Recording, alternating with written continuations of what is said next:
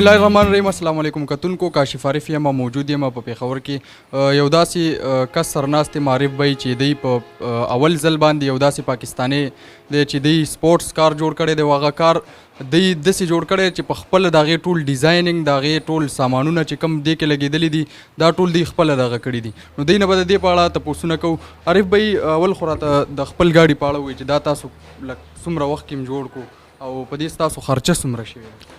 خرچه خو چې مونږ پهله هم ویلي دي کاشف بی چې په دې باندې تقریبا 15 داسې دې نه برم لګي، خو لا حساب مونږ نه دی کړی ټوټل، او دا 4 میاشتې دی مونږ نه 4 میاشتې اخیستې دي که نه.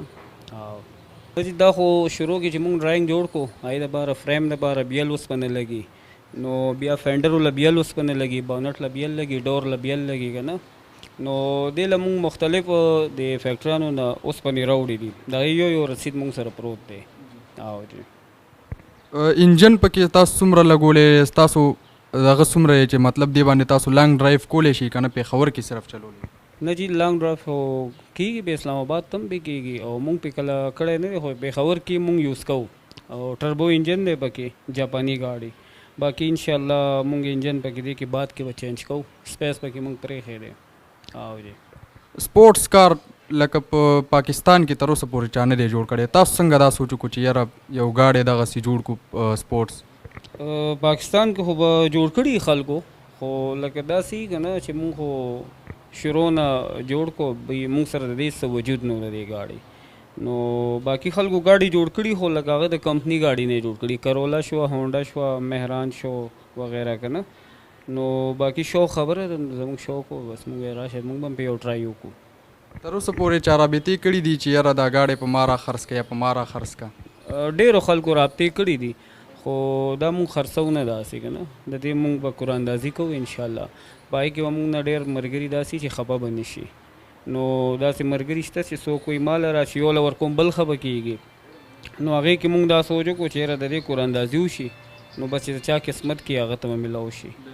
دې کې سامان پاکستانی ټول لګېدلی که نه داسې سامانو چې دلته به نه میلاوېدو بهر نه مورله راغوستی دی بیا؟ نه جی دې کې بهر نه داسې څه نه دي راغلي، به دا سایډ میرر راغلی دي او فرنټ لایټ راغلی دي. باقي زمونږ بریک لایټ او دا چې تاسو څه وینئ دا میرر څومره دي که نه فرنټ سکرین شو، دا ټول هر څه ما به خپله جوړ کړي دي والا. په افغانستان کې سپورټس کار جوړ شو، هغې نه بعد ستاسو ګاډی میډیا باندې هایلایټ شو، نو دې نه مخکې تاسو څنګه داسې چا رابطه نه وکړي یا تاسو خپله څه داسې دغه نه وکړي چې یاره زما ګاډی شو شي خلکو ته؟ نه په دې خو ما کار روان کړی و، خو بیا ما بیا څه مصروفیات د وجې کار ودرولی و. نو دې کې دلته زموږ ډېر ملګري تله، خلکو ویډیو ټیک ټاک له ورکړی وې که نه. نو افغانستان کې چې کله ګاډی تیار شو هغه میډیا ته راووتو، نو هغې نه پس ما سره خلکو رابطې وکړي چې یاره ستاسو ګاډی میلایي کې خو ما ته کار پاتې دی، میډیا والا ټول رابطه کړو.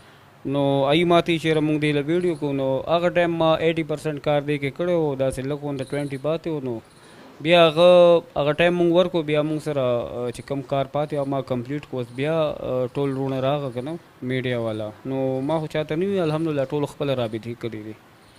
دا ګاډی چې مطلب تاسو وایي چې مونږ ډرا به کوو د دې، نو چې دا لرکې بیا مخکې څه بل ګاډي جوړولو دغه هم شته دی اراده؟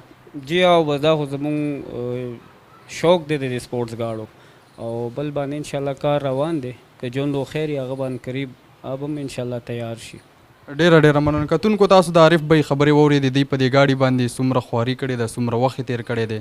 نو مخکې دی وایي چې مونږ به بل ګاډی به هم جوړو، نو ګورو چې دی مخکې د دې راتلونکی پراجیکټ سره نو تاسو به مو ګورئ او مونږ به یې مو ګورو، مونږ یې منتظر یو. او ډېره ډېره مننه، خوشحاله اوسئ، مهرباني.